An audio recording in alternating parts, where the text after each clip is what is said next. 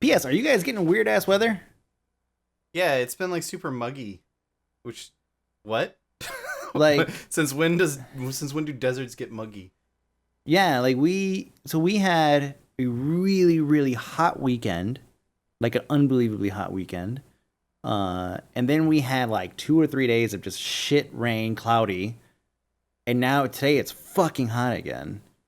Welcome to Don't Get Your Hopes Up, where we talk about the weather. California weather weird. You're hosting, by the way. Oh, that's right. Hello, Internet. And welcome No. to... Do it again. Okay. Hello, Internet. Oh, that's good. And welcome to yet another episode of the Internet Speaking Talk Show podcast, Don't Get Your Hopes Up. I am Josh Allen, joined by Mike B. I can't do that. Come on, man. Weren't you in a metal band? Come on. I was not in a metal band. Oh, I was in a stupid, like, alternative punk band. Oh. Yeah. So, this podcast still exists. It does. First news item, this podcast still exists. Yep. It's been a busy few weeks. I know you've been super busy with, like, ZAM changeover stuff. And then I like, got sick and almost died. And then you got sick and almost died, yeah. That was kind of fun. It was, like, perfectly timed, too. Yeah. It's like, oh, it's Thursday, it's podcast day.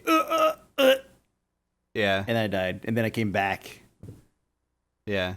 I almost had to do On the some work third last day, actually. weekend, but then I didn't. I So, think about it. Anyways, sorry. yeah.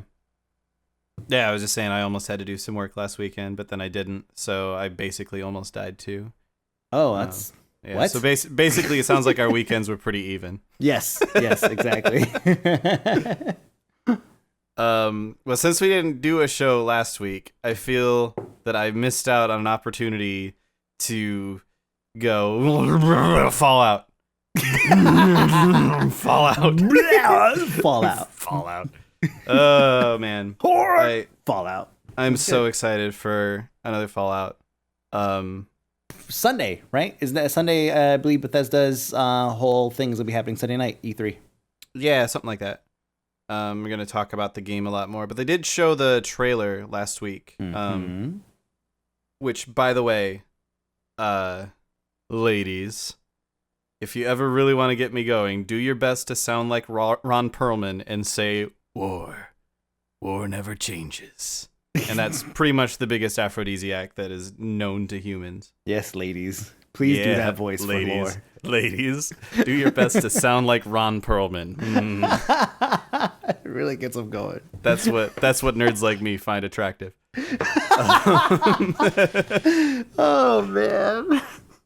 Yeah, I mean, I'd go out with Ron Perlman. I don't know if I'd really go on a second date with Ron Perlman, but I'd go on the first one for sure. Yeah, you gotta try it at least once. Yeah, exactly. Mm-hmm. Feel it out a little bit. But yeah, don't giggle at that. But yeah, they played the trailer they released a trailer for the new Fallout game. Looks like it's based in Boston, which means it's the end of the freaking world over here. Yeah, I've or been something. there twice. I'm really bad at that accent. I've been there once, so I expect to recognize nothing. Yeah, well, the second time it was covered in snow, so I didn't recognize shit. It was like two different cities. It was like, really? I was just here last year. I don't recognize anything. Well, except for the front of the convention center. That was it. The only thing familiar. Maybe it will be a little bit more familiar to you in Fallout then, because it will also be a wasteland. Dun, dun, dun. Dun, dun, dun. Yeah. So yeah, I mean, there isn't really too much to say about it yet at this point. Like you said, the E3 event hasn't happened yet. Mm-hmm. But there's another Fallout game coming, and that's good news for pretty much the entire universe. Yeah, I'm gonna be at E3 next week. Yeah, So... I might go up there on Wednesday. Oh, really? Yeah. Oh, you should hit me up. Yeah. Yeah. Yeah. We're just doing some BizDev light stuff, some diet BizDev stuff. So that actually sounds like a soda. Diet BizDev. Diet BizDev. It'll give you a kick in the face. It promotes synergy. So yeah, you could hit me up and We'll go look at. I am certain that there's going to be a booth there, and Fallout 4 is going to be available for play, maybe behind closed doors. And if that's the case, definitely hit me up because I could probably get you in. Nice. Because I have the mighty press badge. Nice. The other thing, gaming related, that happened last week, of super high note, is Splatoon came out, and I know that Nintendo is like already talking about, or at least rumored to be talking about, like coming out with the console to replace the Wii U. And I know that they're like the release of Splatoon means that there are now like 3 games worth owning on the Wii U. Mario Kart, Smash, and Splatoon, right? Yep. Incidentally, those are the 3 games that I own on Wii U. But when you factor in that those 3 games are really fucking good, and that the Wii U is like $200, you can get it cheap. Like, find it. I got mine on eBay for like $120 or something like that. The Wii U, really? Yeah, like there was some stupid, crazy, like, we're getting rid of this overstock of this deluxe bundle that we have for some reason that comes with this shitty Mario game. What was the Mario game? It's just Super Mario Brothers U, which is just not very good. Okay, yeah. It's one of those. You know how Mario was like known for sort of like reinventing the platformer and pushing it to what it is today.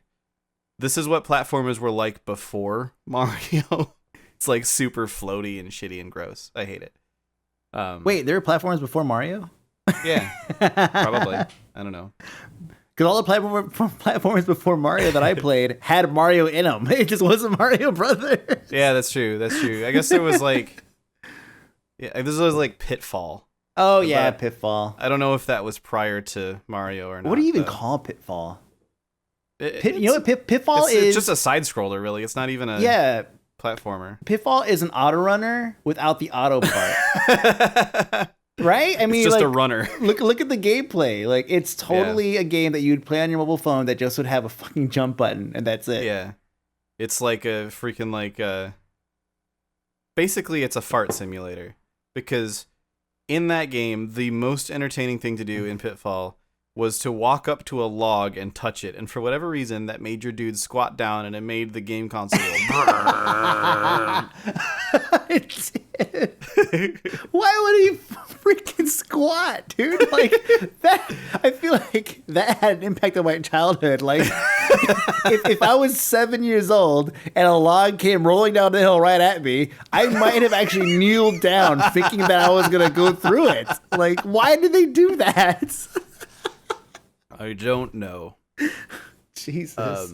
But getting back to the point, have been a bad influence since the beginning. Anyways, go ahead. Yeah, seriously. Let's rant about how games are going to turn people into killers for another several hours. No. Speaking of things that cause you to murder people, this time with paint. Splatoon, it's really good. Like, it's really good. Like, it's obnoxiously good. Wow. Like, we have purchased hardware to allow us to extend our wired Ethernet connection into the living room so that we can have and also we had to get an adapter for the Wii U. What? So that we could have a wired internet connection going into the Wii U, because our wireless is kind of shitty, and that's how important it was for us to continue playing the Splatoon multiplayer on the fucking Wii U. Like, oh my god, it's so good. It's so much fun. You got, oh god, I'm a little envious of this here. But you guys basically sit there and just like play this game. Yeah. Couch multiplayer, which nobody's able to do because nobody has somebody else to do it with. We don't play it on couch multiplayer, unfortunately. I think there's an option for that, but we haven't really found it. It's mostly just one or the other of us playing the online multiplayer, like trading off or whatever. Oh, okay. So someone's always like, backseat driving then. Yeah, exactly. But it's fun to like watch someone play too. Mm-hmm. Yes, but yeah, that's true. The only complaint I have with Splatoon is that the controls are a little wonky. Like, it's one of those games. It's weird. Like, you actually want to use the motion controls, I think, and it's not because the motion controls are any good, but it's because for some reason or another the stick controls are just flat awful. Like, so on most console shooters, like, you have your there's the x-axis and the y-axis, right? You look left and right, you look up and down.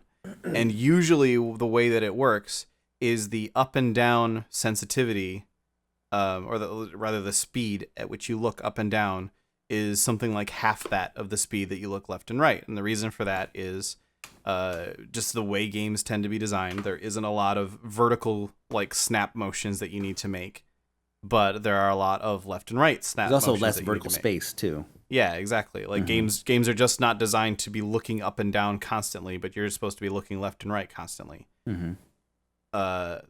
So the way that the sensitivity is usually set up is vertical motion is less. Like if you push the stick all the way down, it will move slower going up and down than it does going left and right.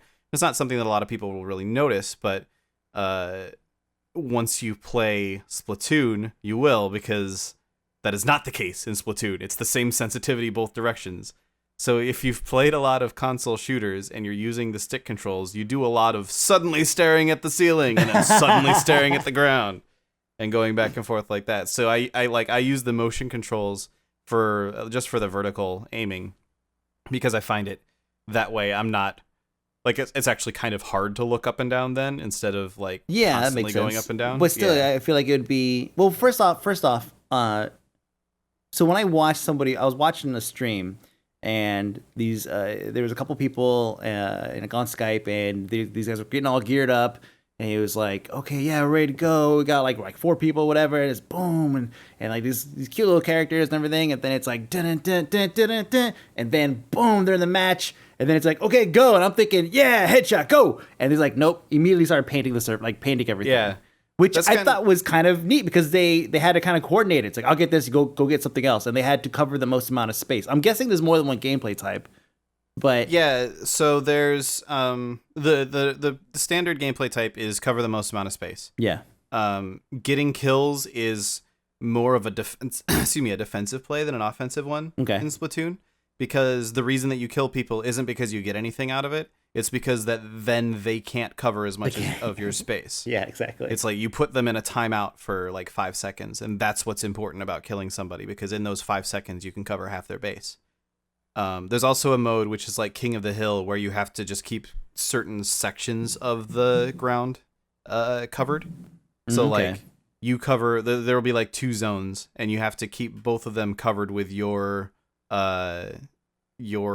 color in order to like get this timer to count down. And once that timer counts down to 0, you win. Whoever's timer counts down to 0 first wins. Each team has a separate counter. Oh wow. I see. Yeah. Okay, that makes sense. Yeah, so there's a couple of different modes, but really it's just all about like it gives me the same sort of sense that like old school Nintendo like Mario Kart 64 battle mode had, where you're just like just driving around this area, and it's not a track that makes any sense, but you're just driving around and you're getting getting shells, and you're hitting people, and you're running from other people, and you're just doing all this crazy stuff. It's just very over the top and just fun, like unapologetic fun, which it's nice. It's refreshing. It's good to have a game that doesn't have to like I don't have to feel like I'm being challenged on a moral level when I'm playing this game or anything like that. I'm just like, you know what? I'm just going to spray some paint around. I'm going to get my roller. I'm going to try and run some people over, but mostly I'm just going to paint the ground for a while.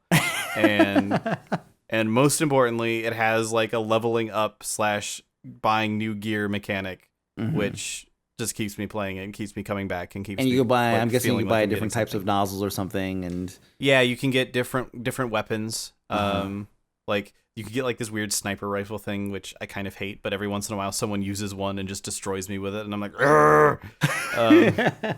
you can get this like roller, big paint roller you just run along the ground. It's mostly for covering ground, but it also like instant kills someone if you run them over with it. They just added a couple of weapons too, which is cool, and like another map. So they're like constantly adding stuff to it. Yeah. Which is really, really cool. And like the sort of thing that you go, wait, is this a Wii U game? Like I didn't even know that DLC was a thing. Like I say that. I guess like Mario Kart has DLC, and I think there's some Smash DLC coming if it isn't out already. But yeah, it's just a fun game. So in my opinion, it's worth the like $200 that it takes to get a hold of Splatoon and play it. $200. Well, if you count that you're buying a Wii U with it. I guess Like so. if you already have a Wii U, then why do you not own Splatoon? Seriously, there are 3 games that justify your purchase of that console. So yeah, those are my rants that I didn't get to last week about how Fallout is oh my god and how Splatoon is oh my god.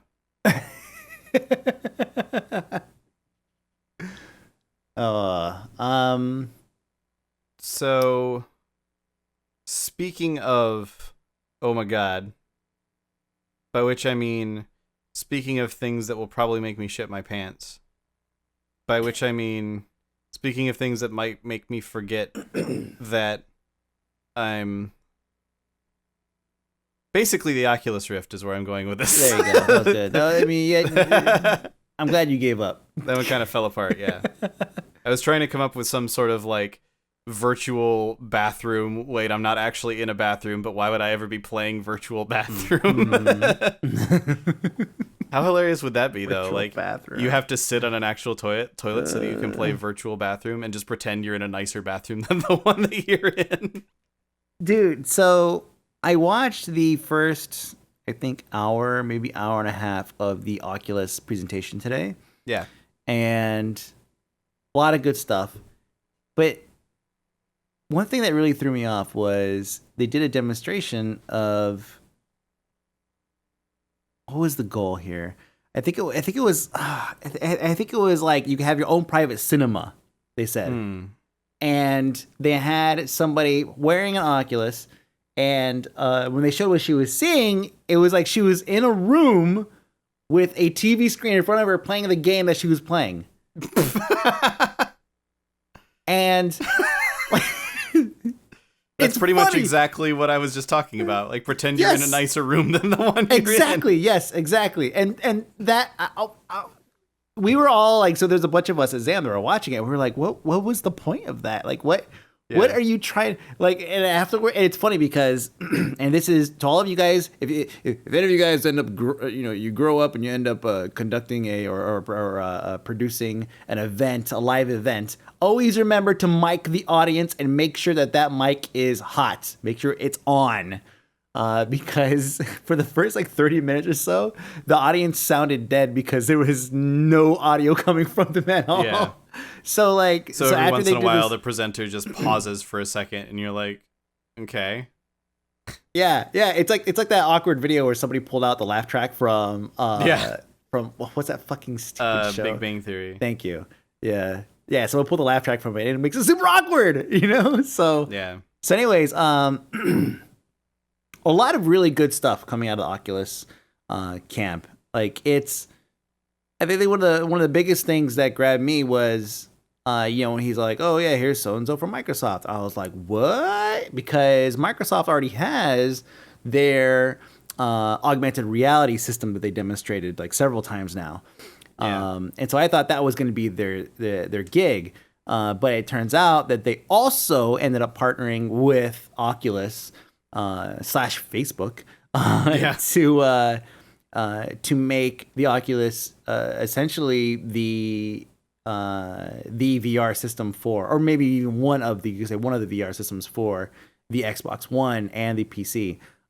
Because and this is the part that actually like killed me. I was like, oh my god, it's brilliant. The Xbox One has the ability to stream to Windows 10, right? Or it will, I should say. Yeah. And so so they were like, so yeah, we just basically made it so you could stream to the Oculus. And I was like, oh, that's fucking genius. Nice. And that's great. That's really great because now this device not only works with your PC and any game that supports Oculus on PC, but now it just works with your Xbox. So it's now has a dual purpose. And poor Morpheus for PS4 is just gonna sit over there to like wah wah. Yeah. Yeah, like that's a huge move for Microsoft, because even though they've been getting some decent titles on the Xbone, like they're still sort of been fighting a losing battle with the PS4. Mm-hmm. So having that as like their killer app is going to be a big deal. Like it makes me glad. Like it's sort of excuse me, a few weeks ago, it was actually like a couple months ago now. I just decided that I wanted an Xbox One, so I went and got one. because I was like, whoa, I don't whoa. have an Xbox One, and I'll get this, and I'll have so much fun with this Xbox One. And then I played some, like, I ended up with like 5 games for it, through various nefarious means. I don't actually remember how I got all of them. Some of them were just like Activision games, which I got through work. Yeah. You had Xbox One games before you even had Xbox One, if I recall. Yeah, exactly. Yeah. There was like a couple of, like, this game is just launching, and we'll give you, because you work here, we'll give you a deal on this game. And I had just started at Blizzard at the time, so I was like, oh my god, I gotta buy every single deal I can get. I have to buy everything. Yeah. Oh my god, this is so amazing. I'm gonna buy 7 copies of Call of Duty. So I had a bunch of Xbox One games. I'm sorry. Like, I remember I was at your house and I remember seeing you saw that my stack of Call of Duty. I saw the library of Yeah, games, I wasn't kidding. and I was like, why are there Xbox One games as Xbox One? And yeah. I don't think I even had a PS4 at the time. Like, I just had a bunch of random games that I had no means of using. Yeah, I think you're right. I don't think you had a PS4 at the time. That was because that was like last year. Yeah. Oh, Jesus. But yeah, so I got an Xbox One a while ago, and I haven't really been using it for anything. Not even the TV features? No, I don't. So I don't have normal TV. Like, I Netflix and Hulu, and I subscribe to the CBS thing so that I can get like elementary through that. Good. And that's all I watch is those. And I have no shortage of things to watch through those 3 means. So I haven't really felt the need to get normal TV. Mm-hmm. But knowing that the Oculus is coming to the Xbone makes me much happier about that purchase. Yes. That's basically all I was doing, all the direction I was going with that. I do think that some of the games that they showed off today were a little bit weird for thank you so much. a pure VR experience. Like, okay, this is a third-person action game, like Zelda-like of some. How does the VR help? What is the VR doing here? Can I just look around the room while I'm attempting to control this character? Because that won't get annoying. Yeah, like there were so many other options that they could have done. First of all, anything first person. It could have been something that is not even remotely mainstream, like Gone Home. It could be like Gone Home. Yeah. First person, and people would be like, "Whoa, it's gonna walk around this house. This is crazy." Yeah. You know, but no, they decided to show off these third-person games, like this Crash Bandicoot type title, and it's like, you know what? Like they even like called out Air Mech at the end. It's like, wow, Air Mech would be a great one. Any RTS actually would be great, or any like Civ type game, anything where you can look around on a field, like a battlefield, or any kind of civilization that you're managing. You could look around, and move yourself around like that. That would be pretty immersive. You would be God essentially in that respect. You like it could be set up in a way that like it's almost like you're standing in front of a giant map, and so you can look in different directions of what's on the map instead of having to like pan the camera around. That would be really cool. Exactly. Yeah, there were just so many things they could have done, but no. Yeah, the biggest one that I'm still excited for, honestly, is Valkyrie. Like a space, like I think that fits the, like thinking about it from the perspective of how am I actually going to play this game. Considering that a first-person shooter to me might feel a little bit weird if I'm a character that's running around and I can look around and look at different stuff, but for like, how does the aiming work? B, how do I completely turn around and go the other direction? Like, I can see weird things happening as a result of a first-person shooter in VR. Yeah. But in something like a space sim or any sort of flight sim, for that anything matter, where you're sitting in a seat. Yeah, exactly. Like what it's selling to me the entire time is that I'm sitting in a seat and I'm controlling a machine of some kind. That will work super well because it just will feel supernatural. Like the not supernatural as in like a deity or something, but like very natural. Because like it's just I'm strapped into this this fighter or whatever, and I can only look around me in certain directions because that's the farthest that my head would go. And even if I was actually in a fighter, I could still only look in those directions. Correct. And I'm not worried about I'm looking this way and I'm like using my arms to aim a weapon or something at it. I have to pull this fighter around and point it in the right direction. Oh, like man. that's gonna be super awesome. Oh man, I can't wait. I really think there's ways to make first person shooters work, but I don't think it will feel nearly as natural as the like fighter sims or oh my god, can you imagine a mech sim? Like, oh, that would be amazing. So yeah, I was just gonna like I was gonna say Mech Warrior. game? I was just gonna say Mech Warrior. Like even Hawken, So good. But like Mech Warrior would be perfect. World of Tanks would be great. Any game where you're strapped to a seat. Dirt Rally would be. Oh my god, Dirt Rally would be nuts. I think there's videos out there of people like Dirt Rally with a seat and everything. Like it's insane. Driving games.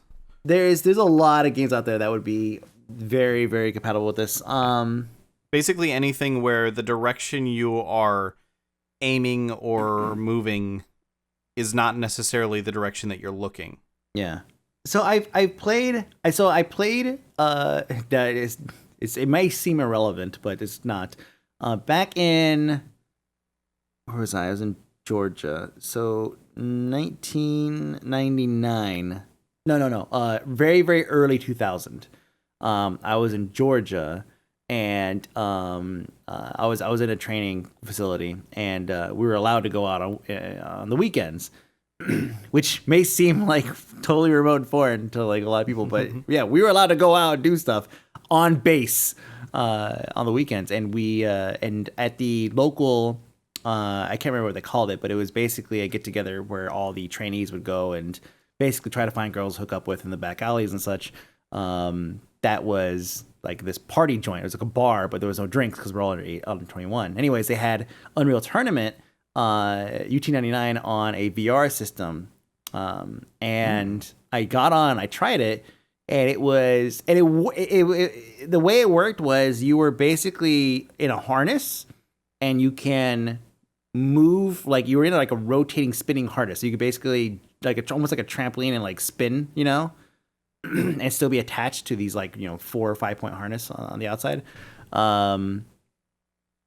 It was not practical for like home use for sure, but it worked. Like, I mean, it didn't take long to get kind of acclimated to it, and I was able to basically spin around and like find people to shoot and everything, and it would kind of look where my gun was pointing or whatever. Like that would kind of work, and that was 15 years ago. So now I could assume that it would totally work. It would just require a great deal of skill, because you would have to like actually aim something to get a headshot, but it wouldn't be where your head is looking. Yeah, exactly. And like there's totally ways to do it too. Like it's the free movement part that takes the most space. Yeah, exactly. And there are add-ons in development for the Oculus. Some of them are already available too, that are like those weird things where you like have it's like a thing that you stand on, and it has like a belt that goes around you that holds you kind of in place, and you just on your socks running along something. And it's like a millipede ball, arcade ball type thing that you run on or something. Yeah. So those do exist and could be good ways to let you sort of like move around a little bit. You'd still have to worry about tangling yourself up in the cable, which could be really, really difficult to not do, considering that you have something strapped to your face and can't really see anything in the actual world while this is going on. Every once in a while I have to do like a 720 in the opposite direction. Yeah, exactly. Yeah, make sure you don't constantly just turn right. But like, there's totally ways to do it, even just with the controller. Like the idea of the controller controls my body and my head controls my arms and so on. And so if I want to turn around, I have to turn my body around, but like I can continue looking in different directions. It's just going to be less immersive in that case because you're not actually turning around. Like if you're playing a first person shooter and you want to whip around and shoot at somebody behind you, you're not actually whipping around and shooting someone behind you. You're just like waiting while you use the controller. Yeah. It'll still probably look really cool and feel really awesome. It's just not nearly as immersive as something like Valkyrie is likely to be. I gotta turn my head around. Hold on while my body catches up. Turns very slowly. You can just live the life of a keyboard turner. Yeah, that stuff would be pretty interesting. But anything ship related, like Yeah. space engineers, would be freaking awesome. Oh yeah, totally. Because like space engineers, because you're just in that like suit which is jetting you around, Mm-hmm. like you're not basically you're not moving you're not using your feet to move around. You're having to pilot this like little tiny craft of some sort. Yep. In a way. So that would totally work. Yeah, there's gonna be times where you're like running around like on a platform and such, but even then, like it's kind of like that's just where you kind of relax and just kind of use the controller or something. But Yeah. in any other case, once you enable your jetpacks or whatever, you could kind of float around, and God, that would be so good. It would just be so good. Yeah. Yeah. So speaking of devices that are going to change the world, I heard that you've broken up with your Shield console. Yes, the console. Right. The portable still remains it's still the reigning champion of portable devices as far as I'm concerned. I still use it every night. I get all of your fuel and tickets every night, and I send them right back. You probably get mine. Yeah. Every night before I go to bed, I log on and I waste all my fuel, and then I'm like, dang, I wish I had more fuel, and then I go to sleep. Yeah, so I bought the Shield, and I actually have some video I recorded up, and I just need to figure out if it's something that I want to post. If the quality is up to what I would consider a standard, to post it. But the TLDR is the Wi-Fi. So first off, the Wi-Fi is super weak. Like of the console. Yeah, like incredibly weak. I thought, you know what, like I always have Wi-Fi issues in the house because the wireless system is upstairs in the corner in the corner room. Right. And so I have a repeater in the middle of the house. So yeah, that's going to cause issues. But then I brought it up and I have it like 10 feet away from the wireless unit, and it still would not sustain a solid stream. Wow. And so from with all the tests that I was doing, because I tried wired, I tried wireless, I tried Ethernet over power, I tried everything, and it seems to me that it just has a super low threshold for what it considers to be a strong enough stream to support certain resolutions and bandwidth and clarity and whatnot.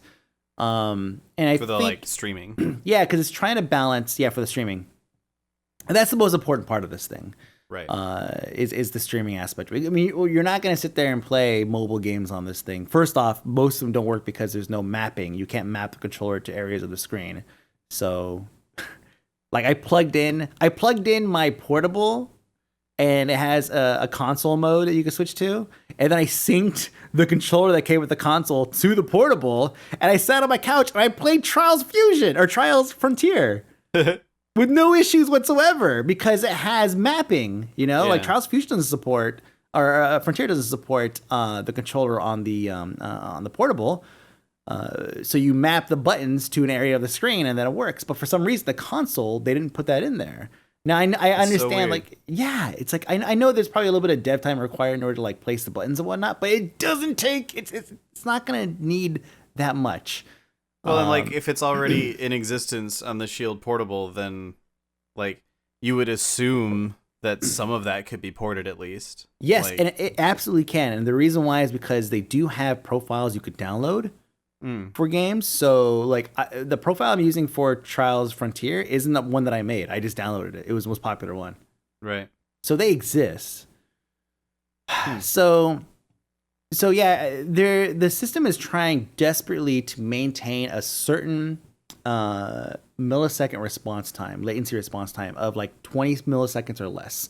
And I feel like it's sacrificing too much on the video front in order to achieve that.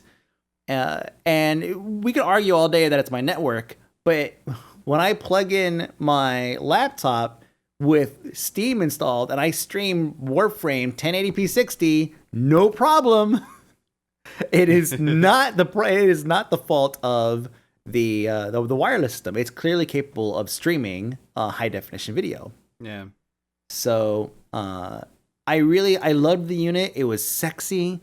It saved the day when my Chromecast actually died. My Chromecast actually died, which I didn't think was possible. Yeah.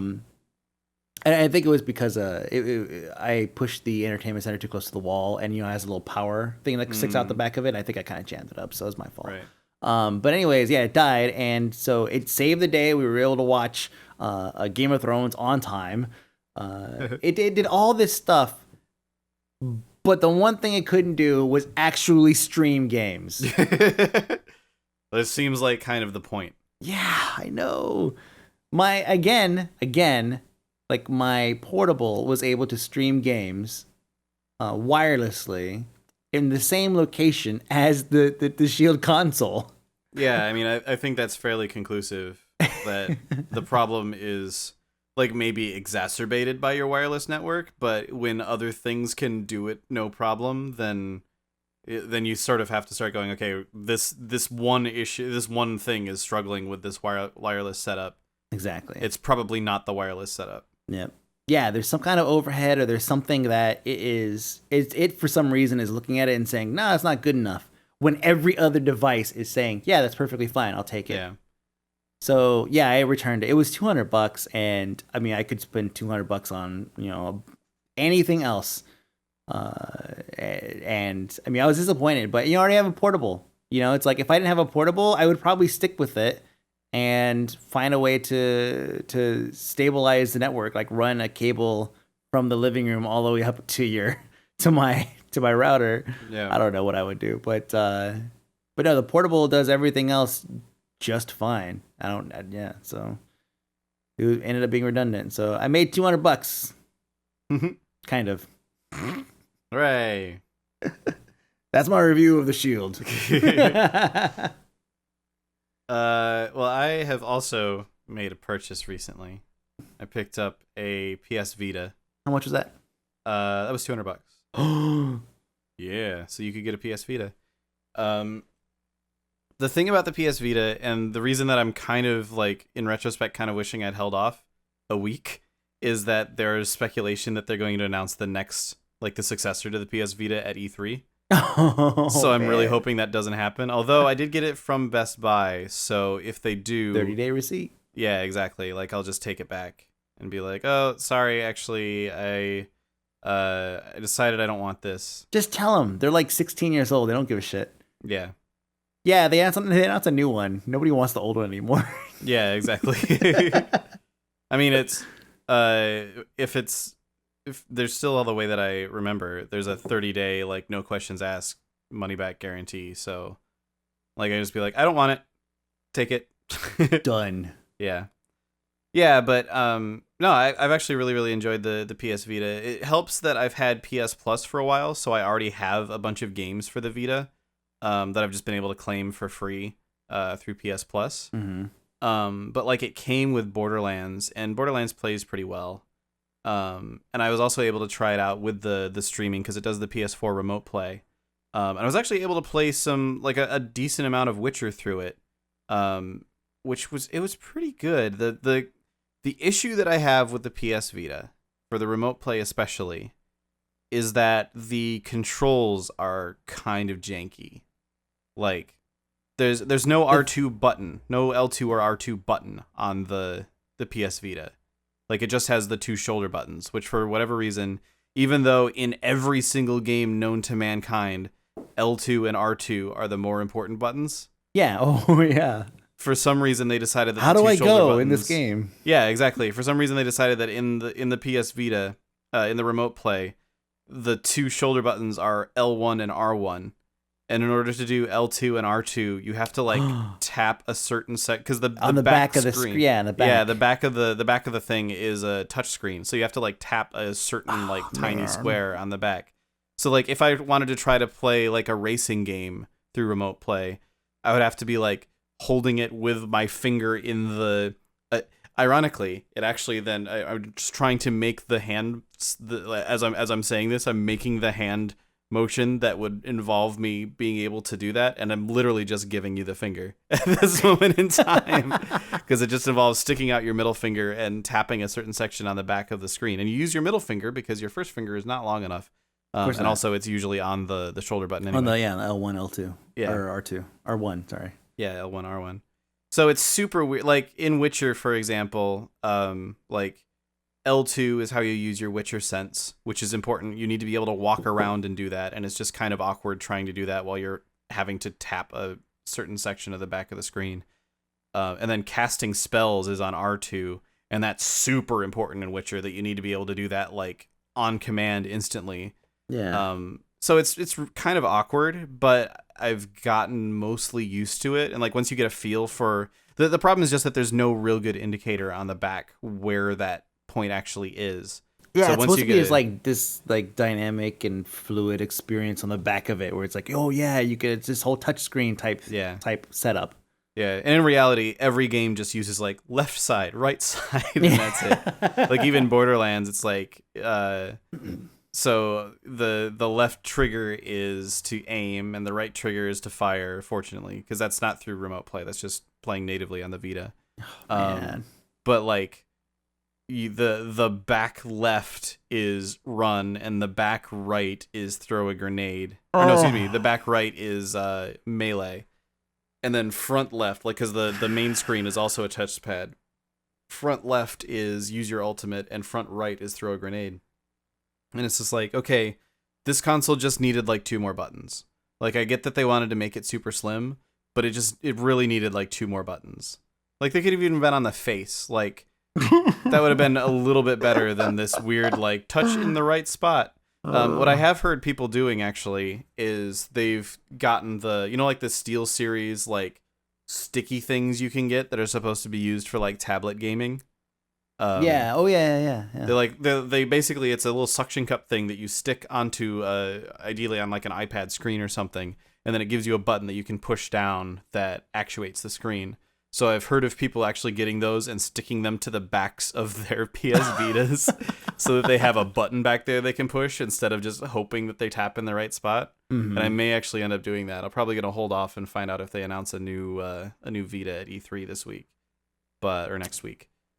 But overall, I'm actually really happy with it. Like, despite my frustrations with the controls, like the streaming is just beautiful.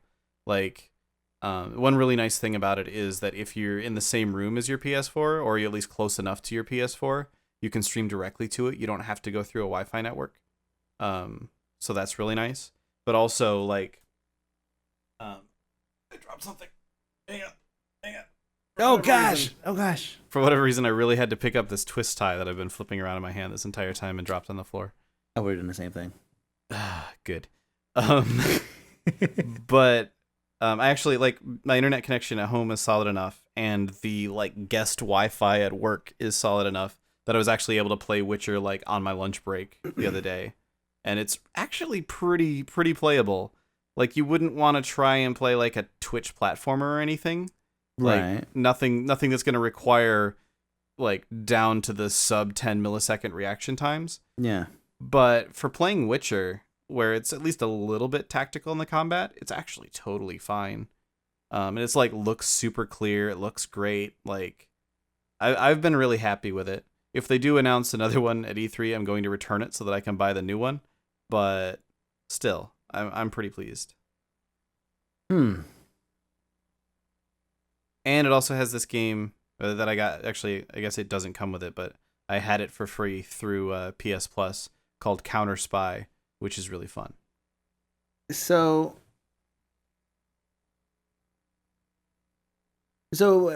we kind of briefly touched on this a little bit before the podcast, and I mentioned how I can play PS4 games remote using remote play on because it's an Android app. So somebody basically they ripped the Xperia Android based remote play PS4 app. And they made it so that you could run it on any device. So any of you guys out there who have an Android device and you want to play your PS4 remote, you could download this app. It also works, of course, with natively. It supports the controls and everything on the Shield Portable. That sounds great. I could play all of my PS4 games remote, no problem whatsoever. The the difference here, and I didn't realize this until you started describing your PS Vita experience, is like I can't stream games to the PS4. I can't even stream games to the TV unless I plug it in because it only supports Miracast. You could probably root the damn thing, but I'm afraid to root it because because every Android release for OS release for the portable is so goddamn specific. I'm afraid I'm gonna break the damn thing. So yeah, I can't even stream. So I can't stream games to the PS4 device. So like you have Vita games that you could stream to the PS4, right? I don't think so. Oh, I thought that's what you were saying. No. You can stream games from the PS4 to the Vita. Oh, okay, yeah. Well, that part's easy. Yeah. Oh, okay. Well, dang. Well, I don't think you can do it the other direction. Okay, I thought if you had like a UMD or something like that had a random game or something, you could stream it to, or for something, whatever a game was loaded on your PS Vita, you could stream it directly to your PS4. But no. Okay, well then, yeah, well there you go. So be ready to return it. yeah, pretty much. The biggest difference between obviously the portable and the Vita is the portability factor. The portable, the Shield Portable is not small. It is not. There is no form factor anything. It is a goddamn Xbox controller with a keyboard attachment, like that bulk, right? And a screen, like a PS1 screen on top. Like the old, small portable PS1 screens. Yeah. Like it's one of those on top of it. Like it is not a small device at all. But it does everything that you described, and it's flexible because it's Android, so it's basically does whatever you want. Maybe I should return my Vita and pick up the Shield Portable. I mean, maybe, right? But I would wait to after E3 because the next Vita might actually be something that has better L2 and R2 support, because that is super important, man. Like, how are you gonna play anything that is driving based? Yeah. Like I was thinking about trying to do like remote play of Diablo or something on it. And that's also something where I, maybe it's just me, but I spend a lot of time in Diablo holding down R2 and spinning in different directions. Like you're playing a Demon Hunter or something, and you're just like, I've got rapid fire on R2 because that's obvious.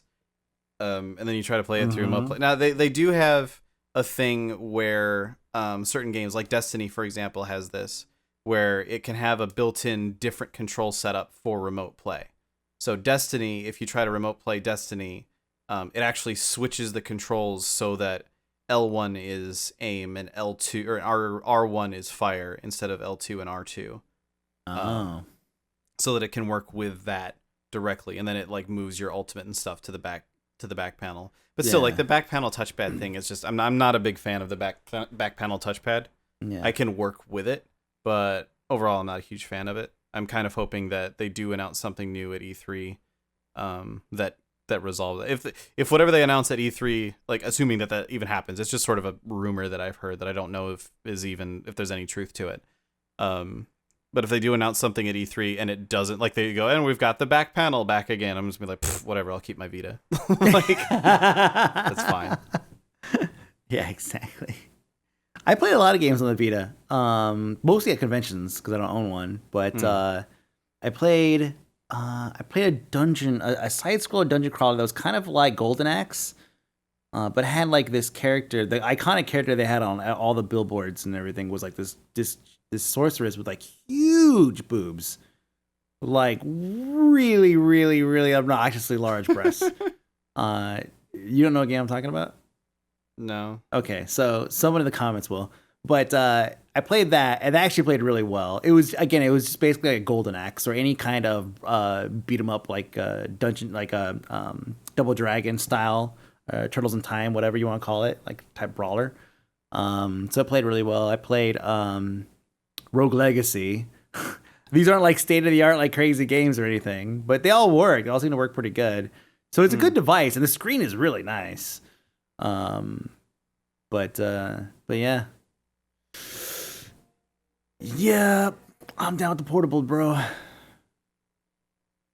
And I have the triggers So if I want to stream now, instead of playing Trials Frontier, I can stream Trials Fusion to the device and play on my brand new future Donkey.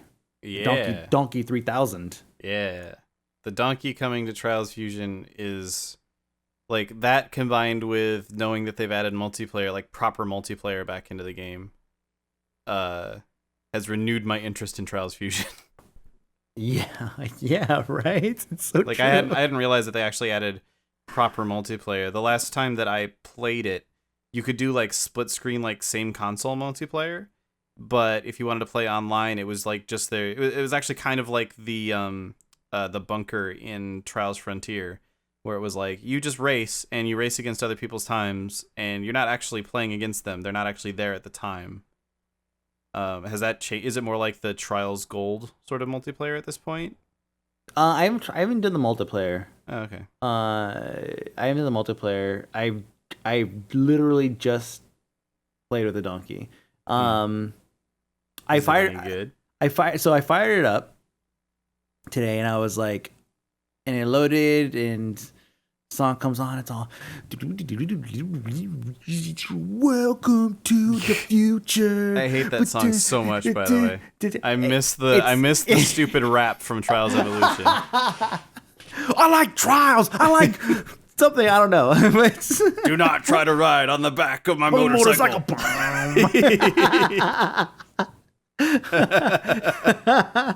It's so good. I know, it was so annoying, but goddamn, it was so good.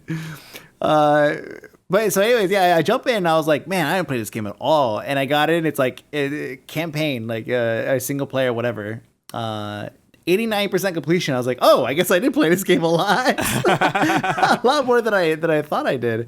I've done everything except for the extreme tracks. So I guess I played through it, and I was just I remember now, like I played and I was so disappointed in the lack of multiplayer. I was so disappointed in the lack of Donkey.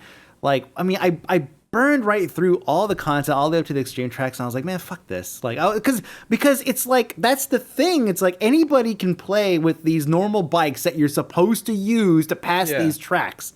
If you're good at the game, which at the time I was good at the game, I can obviously complete all these tracks, no problem. There's no challenge here. It's pretty, it's different, they're different tracks, sure, whatever. But you know what? I have an infinite number of tracks available to me on the market, on the track download, whatever it's called. Track Central. So that's where the Donkey comes in, where it's like, okay, here's something that you're not supposed to be able to pass half these tracks with. Good luck. And so that's why I gravitated towards that so much, because it was a next level challenge that was unique. Is there still no Track Central for Trials Fusion? I haven't looked yet. That would be another disappointment. That would be a disappointment, but I haven't looked. I'm sure there is a track editor. That should stick out in my head if there's a track editor in Trials Fusion. So yeah, I'm sure there is. But the only thing I've done so far, I fired up and I jumped on the Donkey. The Donkey is different. It is not the same Donkey that you're used to. The old Donkey felt like it had a bit more weight to it, and it didn't have the same amount of acceleration. This Donkey definitely feels very zippy, which, of course, when you're dealing with a center of gravity that's like at the 6 foot mark, like it's several feet above anything that causes gravity.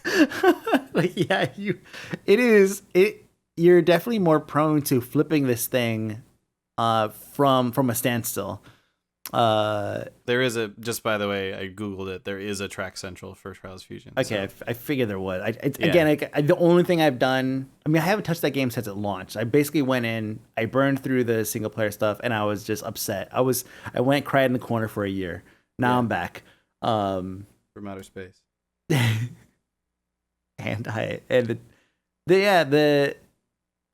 The Donkey is an experience, man. Like, I mean, I went and I did the first extreme track, or the second. No, I did the first extreme track, and it wasn't too bad. I did the second extreme track. It was like 100 faults, and it felt good. Nice. 100 faults. It felt great. Oh shit! I just looked on Steam, and Trials Fusion is actually 40% off during the summer sale. Whoa, is that all week, right? That's until the 22nd. Oh shit. Well, it has everything that Trials Gold had, so if you own that, then buy it. I mean, there's no reason not to. Yeah. What does it make it like $10 or something? $12. $12. There's also the deluxe edition, but I don't know what that involves. Oh, there's a couple of DLCs that have come out since the last time I played. Okay. So hopefully those are on sale. The season pass is also $12 for now. Well, getting that too. Yeah. 1 year of additional content includes 6 DLCs before May 2015, which, by the way, before May 2015, let's talk about that timeline here for a second, Red Links. It's a joke because May is already over. There's no more May. So there's yeah, no, you're right. It should, instead of calling it a season pass, it should just be a catch up on all the DLC you missed. Yeah. Yeah, that's why the deluxe, I guess. But I wonder if the deluxe also has that. I wish it would tell me what's in the deluxe edition. Oh, there it is, including the full game and the season pass. Yeah, the deluxe edition is $24. So I guess it's just twice the price. So yeah, same real. Well, then I'll have to buy the. I'm gonna have to pick up the deluxe edition. Oh. Oh what? Oh, wait. Never mind. I thought I was gonna say the season pass also includes one exclusive item, the Crater Hazmat Suite, whatever that means. I think it's supposed to mean suit, but it says suite. Maybe it's I don't know. Yeah. Okay. Yeah, it's but suit. I thought for a second that it was saying that was only in the deluxe edition, but it's also just in the season pass. Mm-hmm. So. Oh yeah. I will have to pick up this deluxe edition. I might. Since this is going until the 22nd, I might hold out and see if it comes up as like a flash sale or something. Oh yeah, you're right. You're right. Wait for a flash sale or buy it on the last day. Because we got 11 days. But I will be purchasing Trials Fusion for my PC during the Steam sale. Okay, I'm back. I love this. User reviews mixed. Mixed. Mixed. I wonder how many of them are about the donkey. Yeah. Yeah, so the donkey is a very welcome addition. Yeah, I feel like we may have to I might have to try to talk you and Shizzle and like Squishy or somebody into a Trials redo. We'll have to relive the glory days with some Trials. Oh man. Fucking finally. Jesus. Some like late night drunk Trials, goddamn. Yeah. And like 90% of the time, it was Squish setting us up on some bullshit ass track. Yeah, exactly. And like he'd finish gag it, that we couldn't. And we're not to the first checkpoint. God damn it, Squish. Or like the fucking track 4 would just fuck off. Like it's just gone, dude. now. Oh man, Candyland. How did we find it? Wasn't just Candyland though. Like how did we find so many tracks where the track creator just gave up on track 4 halfway through? I know. Yeah, they just stopped. They just whatever. Like you're not gonna have 4 friends. Who cares? Oh man. Yeah, I don't know. I haven't even gone to the Track Central on Fusion at all today, or since the donkey. So I don't remember what I have from there. But yeah, I'll have to go check it out. It's basically all I've been doing today is kind of like just getting acclimated to the new donkey, and it takes some work, man. It is definitely, again, the acceleration bar is fucking full on this thing. Whereas like the one from Gold was like 75%. Jesus. Yeah. So speaking of features that should have been added into the game a while ago. Oh no, I went there. Oh. But no, seriously, like I do want to. So Flight and Draenor has been a thing. It's been more than a little bit of a thing. Definitely. And I think pretty much everything that we've said, and there's a Q&A coming up on Saturday that There's a couple more questions in that we're going to talk a little bit more about what exactly the new thing means. But basically, the TLDR is Blizzard wasn't sure. I'm saying Blizzard because I was not ever part of this decision. The development team wasn't sure if they were going to add flight for the longest time. Like, it took forever to come to a decision. 3 weeks ago, came to the decision, no, we're not going to add flight. That weekend, there was a interview with Polygon, so it just sort of came out in that interview. Yeah. And everybody was mad. Yeah, so many people were so mad.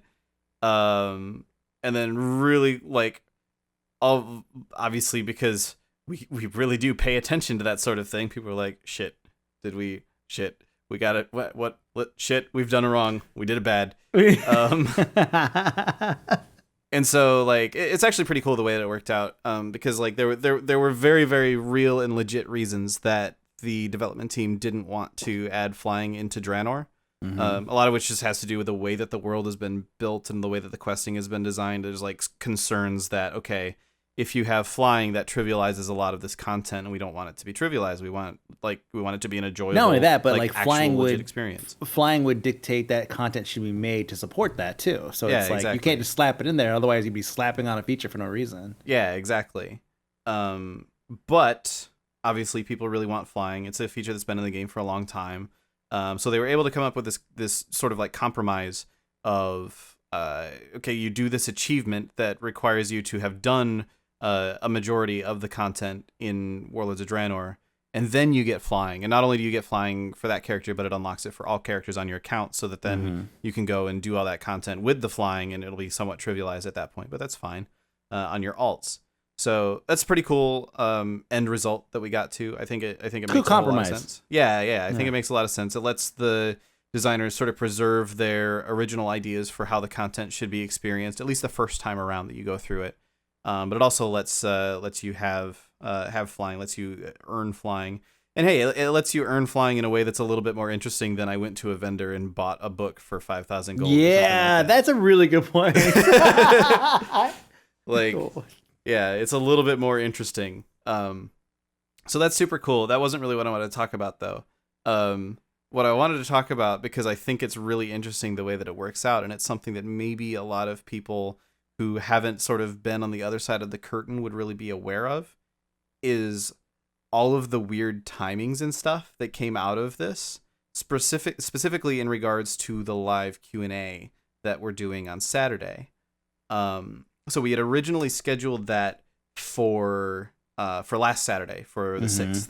Yeah. And the plan at the time was just, oh, okay, so we want to be able to address some of these concerns about what people are talking about. There's just a lot of concerns in general that players have about Warlords of Draenor, and it's okay, yes, we should be answering these questions. And I think a live Q&A, so we can get through as many of these as possible in a very public fashion, is a good way to go about doing that. So I've been working with Ian Hazakostas on getting that put together. And then sometime 2 or 3 days after we announced the live Q&A with the date and everything, we had to move it a little bit at one point. We had originally announced that it was at 2, and then we found out that there was a Heroes thing going on until 3, so we're all right, that's fine, we can move it by an hour. If the Heroes thing was going on until 6 p.m., we'd have been you know what, we'll just do it over top of that. But since it was just an hour, we're okay, yeah, sure, we can move it back by an hour. So we'd already slightly rescheduled it once. And then halfway through the week, we found out that these talks were going on about maybe we should actually put flying in the game. And we started to hear that people were there had been no final decision yet, but people were talking about it was heavily starting to lean in the direction of, yes, we should find a way to put flying in the game. So as a result of that, it's Thursday at this point, and we're okay, you know what? We should probably delay this Q&A because we're pretty sure that we're not going to have a final answer, and even if we do, we're not going to have all the details worked out by Saturday. So the most we could probably say is flying's coming back. We don't really know how yet. Good luck with that. That would be terrible. Yeah, no one would that would be a terrible thing to say. Yeah. Oh, God. Or even if it was just, we're talking about it, but we haven't decided yet. That still is a shitty answer to give. Yeah, it is. And the reality is, at that time, there was still a chance, a relatively small chance at that point, but there was still a chance that the decision would have ended up being no. We're sticking with our original decision of not adding flying. So we didn't want to go into it and even like hint in any way that flying might be coming at all. There needed to be no hints given that flying was coming because there was a chance that it wouldn't. And Ian's the one doing the yeah, well, I'm going to be there also. Like, I'll be sort of asking the question. But what I'm saying is, like for people to look at him like he's the one that makes all the decisions. So if he says, "I don't know," oh my god! Exactly. But so there has to be preparation here. Yeah, sure. Well, and also like if we'd even like if there had been any hint that we were looking in the direction of adding flying and then decided not to, like that would have just pissed off people even more. Oh, like God. That's the sort of thing that if that had happened, it would have been worse to have said anything. Yeah, very true. Yeah, exactly. So and like the player base was already like so angry at that point. We were like, we need to not give these guys any further anguish, and so we decided, you know what, we're gonna delay the Q&A. And of course, immediately everybody thought that the reason that we delayed it was because of the heroes thing, which was not the case. Like, I guess technically we had already delayed it a little bit to get around the heroes thing. Yeah, but like that was by an hour. Like that, we weren't moving it to another, like moving it back a week because of the heroes thing. But like, it's interesting how it worked out. And the reason that I'm telling this whole story is because we had to then make the conscious decision of people are going to be mad at us for a few days, and then once we can tell them what's actually going on, then they will understand. And so we just have to deal with the community being mad at us for a few days, because the alternative is that they're even madder. Because if we had said, because our other options at that point were like, in terms of saying anything, we could say, all right, well, we're going to do this Q&A and we're going to give a shitty answer to flying and people are going to be mad. That sucks. We would rather have the Q&A with everyone knowing what's going on with flying, or at least in the Q&A be able to give a solid answer in what's going on with flying. Yeah. We could say that so we didn't want to do the Q&A anyway on the 6th. We could delay the Q&A and say it's because we're thinking about flying, and then at that point we might as well just announce that flying is coming. But we weren't, because the alternative is making people super angry. Yeah, exactly. And we weren't in a position to announce that flying was coming at that point because the decision had not yet been made. Like, that was a decision that involved a ton of people at Blizzard and a ton of people giving the green light before it was able to go through. And that just takes time. Like, that just takes, like, emails going back and forth and working around people's schedules. And when you've got, like, 40 people that need to make a decision on something and all of them have different meetings and so on, like, it just flat takes time. It's not just a matter of let's all have one meeting and get everybody in the same room and make the decision there. That's just not possible. So we couldn't really say that it's because of flying. We couldn't even really say, because flying is such a hot topic, and still is such a hot topic, we couldn't really say, like, okay, we'll just tell people that we have an announcement coming, or that we're considering something, or you can't say that because they'll assume. Everyone will assume that it's flying, and then on the, like, it really was. There's a whole lot of things that we can't say. It sucks to be you guys, man. It does suck sometimes. Like, fortunately, in this case, it was something that I was able to look at and say, yes, these people are legitimately angry. This is a shitty situation that we're putting them through. And, like, I actually feel sorry for everybody right now. Right. And just hope that in a few days, make sure that the flying announcement, because if we delayed it and then flying didn't happen, that would have been an even worse thing. But, like, we figured there was a high enough chance that it was worth the risk, really, to say, you know what? People are going to be mad either way, because we're either going to give them a shitty answer or we're going to delay this thing and then give them a shitty answer. Or at least if we can delay the thing and then say flatly no, that's better than just giving because kind of a you shitty answer. would be able to delay it and say, and actually have more ways to justify it. It's not exactly. like, so if you decided to not include flying, all this discussion would have reinforced that. Yeah, and exactly. you would be able to discuss that. So it's not like you'd have been like, by the way, the answer is no. Next question. Yeah, no, like, if it had turned out that the answer to whether we're adding flying or not had been no, the reason that it would have been no is because we had very, very solid reasons that we were very sure of. Yeah. And then we would have been able to share those with people instead of just like, again, well, we the keyword not. the keyword is reinforced, because you've already enforced it before with your initial conversations. And Yeah. now the community uproar is happening. You guys are having even more conversations, and you're able to revisit all the initial decisions and how you arrived at those decisions. Yeah, and you're able to reinforce it. And we'd have been able to respond again in this hypothetical world where the decision to add flying was not made, or rather the decision was to not add flying. Mm-hmm. In this hypothetical world, which was not the case, flying is being added to Draenor. So if you're listening to this and you're panicking right now, if you just tuned in, yeah, I feel the need to sort of drive that point home, because people get the tendency, when you talk in hypotheticals that never happen, people get the tendency to get mad at you about the hypotheticals. I'm just making sure that people are aware that this is all just hypothetical and it's not actually real. Yeah, exactly. But in the event that the decision to not add flying would have been made, then we could have responded to the feedback that people were giving, a lot of which was pretty much what we ended up going with. Like if they had decided that the achievement route to earn flying wasn't a good reason, we would have been able to give the reasons why we didn't think that was a good response. But they did end up deciding that it was a good reason, so hooray, flying is being added to the game. It's just sort of like, I found it really, really interesting, maybe from the perspective, especially from the perspective of someone who maybe doesn't have like the peek behind the curtain that you and I have gotten to these sort of things, Mm-hmm. of how sometimes going through a shitty situation, like we're going to delay the Q&A and people are going to be super mad about that, is the lesser of several available evils. Like, this is the best option for us to make, and we can't say why just yet, but you'll hopefully be happy about it once you find out. Yeah. Basically. I just found it really interesting, like the sort of almost like games that have to be played just to try and make sure people are not as mad as they might end up being. Yeah, because it's easy to say in retrospect, to be like, well, if you had told us this, we would have been content. Like, no, you probably wouldn't have.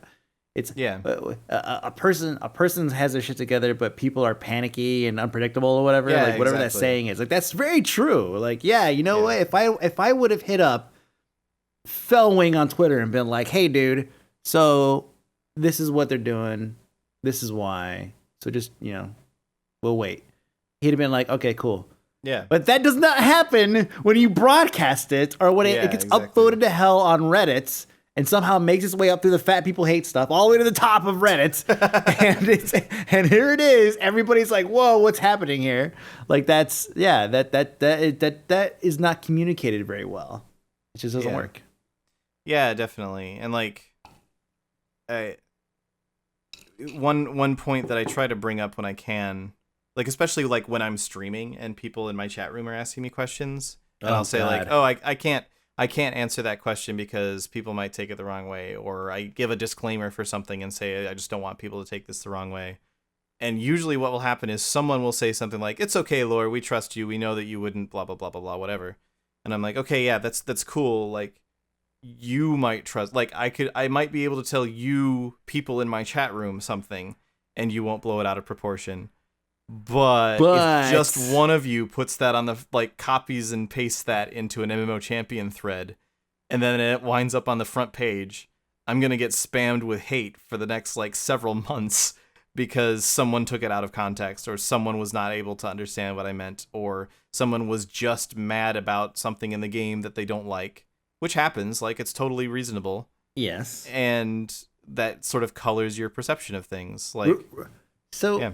Remember back in the day, it was like 2 episodes ago, I think, or maybe it was last episode, where we speculated about doing private servers, like how that was such a technological like feat, and like so much stuff you'd have to do. You couldn't just be like, yeah, sure, vanilla servers, here we go, right? Yeah. We had that whole discussion. I thought it was a really, really great discussion.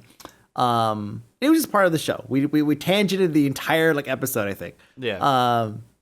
I actually found that on a private server subreddit where somebody had linked to it and been like, oh yeah, here's a Blizzard employee talking about such and such, whatever. Yeah. And like, I'm so happy that we prefaced it with, this is completely like bullshit, hypothetical stuff. Like this is, we're actually just discussing the what ifs, but it has nothing to do with anything that's going to happen. Yeah, exactly. So yeah, it's like, you're right. Like if you're streaming, like this is our like shitty podcast that we just put out to like just people who know who we are, you know? Yeah. But that doesn't stop them from saying, hey, here's these people talking about this thing, and you might want to hear it. And they take it completely out of that context of, you know, I know who you are. I know that everything you say doesn't really hold any weight in terms of the decisions that are being made on a grander scale. You know, I'll take that into consideration when I listen to this. No, they don't have that. Yeah. They just have that tiny little highlight that just says, you know, controversial decision being made right now. Boom. Yeah. Well, and like that's exactly why at the start of this I made sure to be at least relatively clear that I was not part of the decision making process on flying. Like I've been pro flying the entire time, and I have no problem with saying that. I think flying being added to the game is a very, very good thing. I was very disappointed when the original announcement, the original decision was made to not add flying. I was like, that makes me really sad. I like being able to fly. Mm-hmm. And I'm super happy with the compromise that's been come to, and I actually think it's a good in a lot of ways. I actually think it's better than the previous just spend some money and get flying sort of methods. Yeah, because I mean everyone gets money. Yeah. And especially now that you can just buy a token and sell it for gold. Exactly. Yeah. So it's the way they have it set up now with the what was it 100 treasures and grant some factions and ta-da, like I mean it's I say ta-da, but like it's actually some work, and I think that's actually kind of cool because it's going to limit the amount of people. There's a lot of people that are not going to fly, and because it makes getting flying feel like an achievement. Like I don't remember if you played during Burning Crusade. But when I first got my flying mount in Burning Crusade, that was a big fucking deal.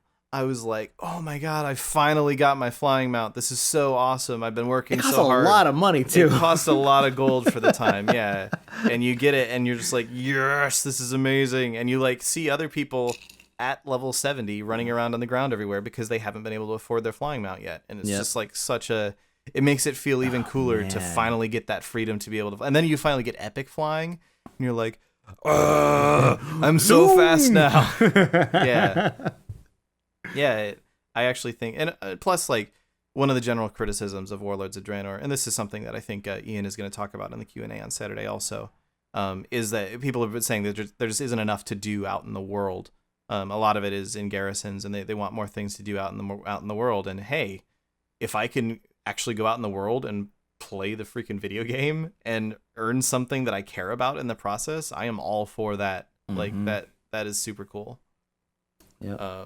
So yeah, I'm super happy with the flying decision. Again, I need to point out I was not part of the decision making process. I'm just a guy that plays the game and occasionally gets to make videos about the game and occasionally gets to rant at developers about things.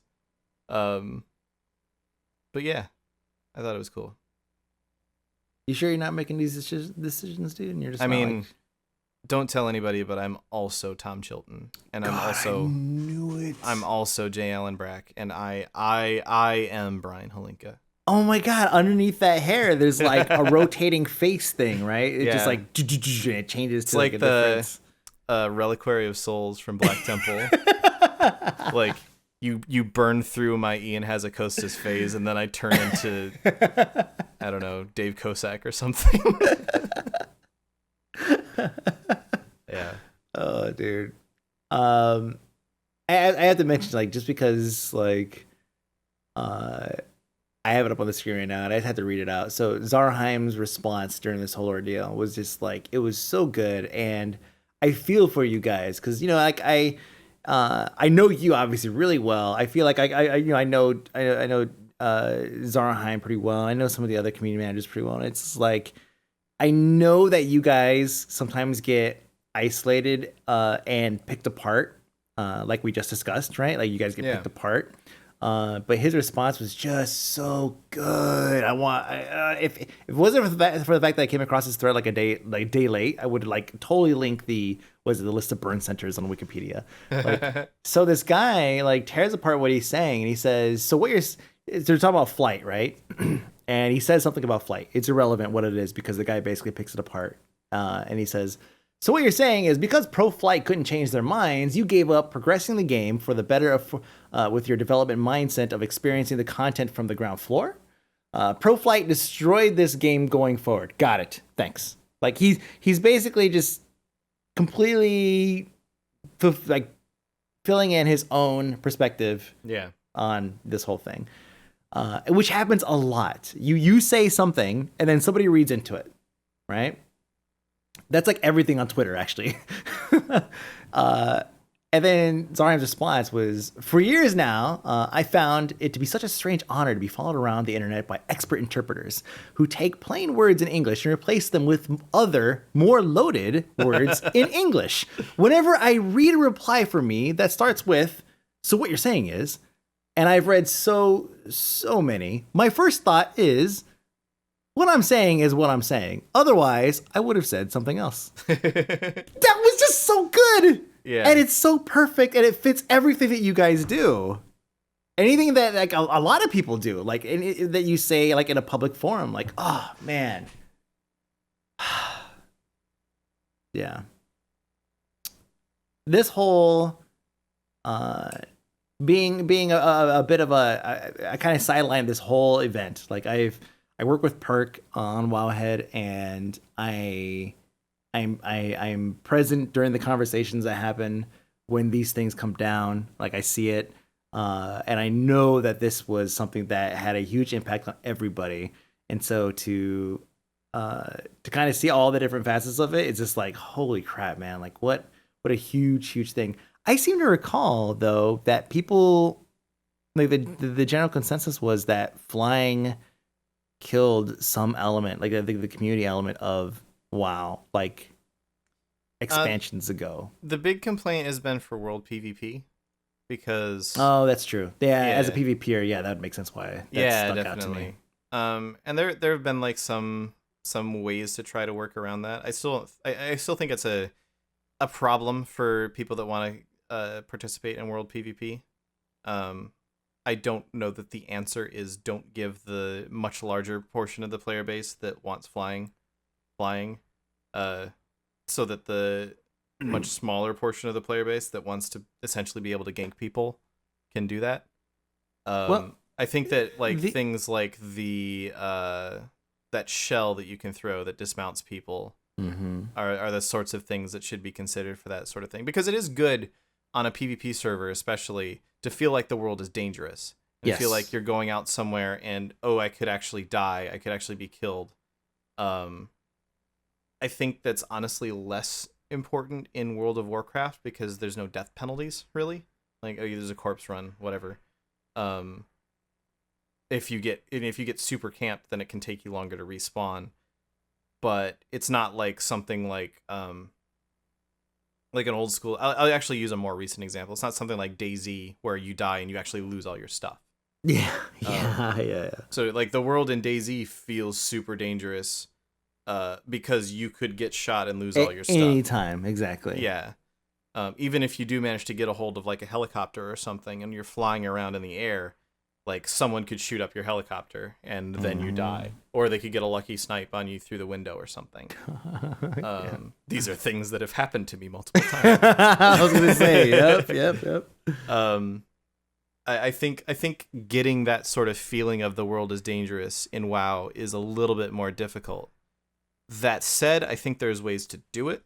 And my personal hope is to see some of those ways be implemented. But again, I'm not a designer. I'm not a developer. I don't get to make those decisions. So I would like to see it, but I think that even without those things being done, it's still better to do things that the majority of the player base are going to enjoy. Obviously, we're not going to like let majority rule or anything like that. But in the cases where very clearly a large portion of the player base is upset with a decision that we've made, I think it's good to take those into account and try to come up with a better way, which is more or less what I think has happened with the flying decision, where it was like, okay, we don't want to add flying because of these design goals. But then a bunch of people said, but we want flying, usually in meaner words, but that's more or less what was being said there. Yeah. And then the dev team sort of circled back and went, okay, how can we still give them flying but also achieve our design goals? And this achievement system is it actually fills all those boxes fairly well. Nice. Yeah, it's good. And I was gonna say, like, the PvPers who, whenever you world PvP, like cleaving your way through someone who just PvEs, you know, keyboard turner or something like that, like that's easy. Like that shouldn't be the reason why you world PvP. It's like coming across that guy who's like a Grand Marshal or something from like vanilla. Like coming across that guy who does know how to PvP and does know how to handle himself. That is when it's like, oh shit. I actually, it's a little bit of a tangent, but like I actually came across Kuroma, who is probably nobody listening to this knows who that is, but on Dagger Spine back in vanilla, he was probably one of the, I mean, he maybe even in the history of WoW, like the longest standing consecutive Grand Marshal on the Alliance side for a long time. He was a druid, Night Elf druid. And he was Grand Marshal for like what, probably a year and a half or something, like straight. Wow. And everybody was like, oh yeah, like he's got like multiple people playing his account. Anyways, I got ganked by him while I was leveling up in WoD. And I was like, oh my god, I gotta go see him again. And I go over there, I'm on like my goblet or something like that, right? And I get shit on again by him. Nice. And it's like that's the kind of stuff. It's like, here's a guy who's leveling up his character, and like, you know what? Like we were the same level, but he completely wrecked me, you know? And I'm not I know how to handle myself in these situations, but he still completely wrecked me. That's the kind of stuff you look for. So, my point is that these goals that I saw like in the water cooler write up that you guys had, they seem to be geared more towards people who would want to PvE. Well, a person who PvPs primarily is not going to go out of his way to go and learn how to fly necessarily. So if you're world PvPing, the chances of you running across somebody else who can actually world PvP is greater now because everybody else is going to be fucking flying. They won't be possibly in your scope, you know? Like you're going to have people that like Kuroma, who, you know, just basically focuses on world PvP and of course battlegrounds and whatnot. Yeah. Rated arenas. Man, make me want to play again. You're killing me right now. Well, it is kind of my job. I know. Kind of literally my job. Oh man. All right, well that was good. Yeah. Oh, I have a bit of a PSA. So it was surprisingly not very big news, but I think because the connections were not made to what it all involves. But there's a company called Desura, and Desura is a platform very similar to Steam, where you could go, you have a store, you could download games and everything. You buy games and download them, and then you could run them, like, you know, using this this third-party app that runs in the background, just like Steam. It's exactly like Steam. So they went belly up. They went bankrupt. They filed for, I can't remember what number bankruptcy it is, but it's not the one that says, there's bankruptcy like 11 or something, chapter 11, where it's like, oh, well, we just need to basically call off our debt and we need a breather and then we'll be fine. That's not the one they got. They got the, we're going to liquidate everything, we're done type bankruptcy. Now, I know the guy, I know everybody involved in this entire thing.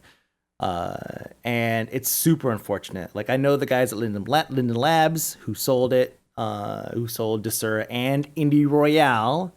So anybody who has followed anything I've done in terms of Indie for Breakfast, I've referred a lot to Indie Royale because you get all these awesome bundles for super cheap, just like Humble Bundle, but it was all indies. So Linden Labs sold us Indie Royale and Desura to Bad Juju, and Tony Novak of Bad Juju. They took over the whole thing, and now it's basically a dead platform. As of right now, it could be sold, and maybe something better would happen for everything. But if you've ever purchased anything from Indie Royale or Desura, log in and see if you can download. If you log in from Desura, if you bought something from Desura, you could go in and actually download the executable, and there's no DRM or anything. You just download it, and that's it. You own it, so that's great. You could download that and back that up essentially. But if you bought any Indie Royale bundles, which this is the problem that I had a lot of games. I used to use Desura just for my indie stuff. And so I would go to Indie Royale and I'd buy a bunch of bundles and whatnot for like Indie for Breakfast. And I would only redeem the Desura key because I wanted to keep some of these. I don't really know if this is going to be a decent game at all. Indie titles on Desura and keep it away from Steam. Well, there's a lot of titles I never moved over to Steam, even though they were good. So I added, I think like 12 or 15 games from various indie bundles over to my Steam account. And so I highly recommend any of you guys listening to this, if you have Desura or if you ever purchased an Indie Royale bundle, go and redeem your Steam keys, because who knows what's going to happen. If that site shuts down tomorrow, that could be it. That could be it, and you lose out on all those games that you maybe wouldn't have played anyways. But still, give yourself the opportunity to go and at least collect the keys. Yeah. Don't That's lose out on your stuff. Yeah, you bought it. You paid money for it. Yeah. Go get it. Yeah. That's it. So next week, I'll be at E3. So yeah, I'm gonna try and make so it will up you. there. Yeah, I'm gonna try and make it up there and hang out. yeah, we'll play some Fallout 4 co-op. Oh yeah. I don't know if that even exists. If it does, then I'm totally gonna rope you into playing Fallout 4 co-op. I played. You know what? I played a lot of Fallen Earth. Okay, I've had my fix. I don't even know if that's a thing anymore. I think that's dead. Fallen Earth was like this. It was basically the Fallout MMO, and I played it back in 2009.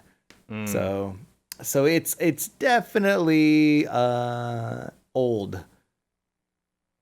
So yeah, I am interested in the concept, especially since it's Fallout Vegas. Of course, yeah, New Vegas. I'm totally into that.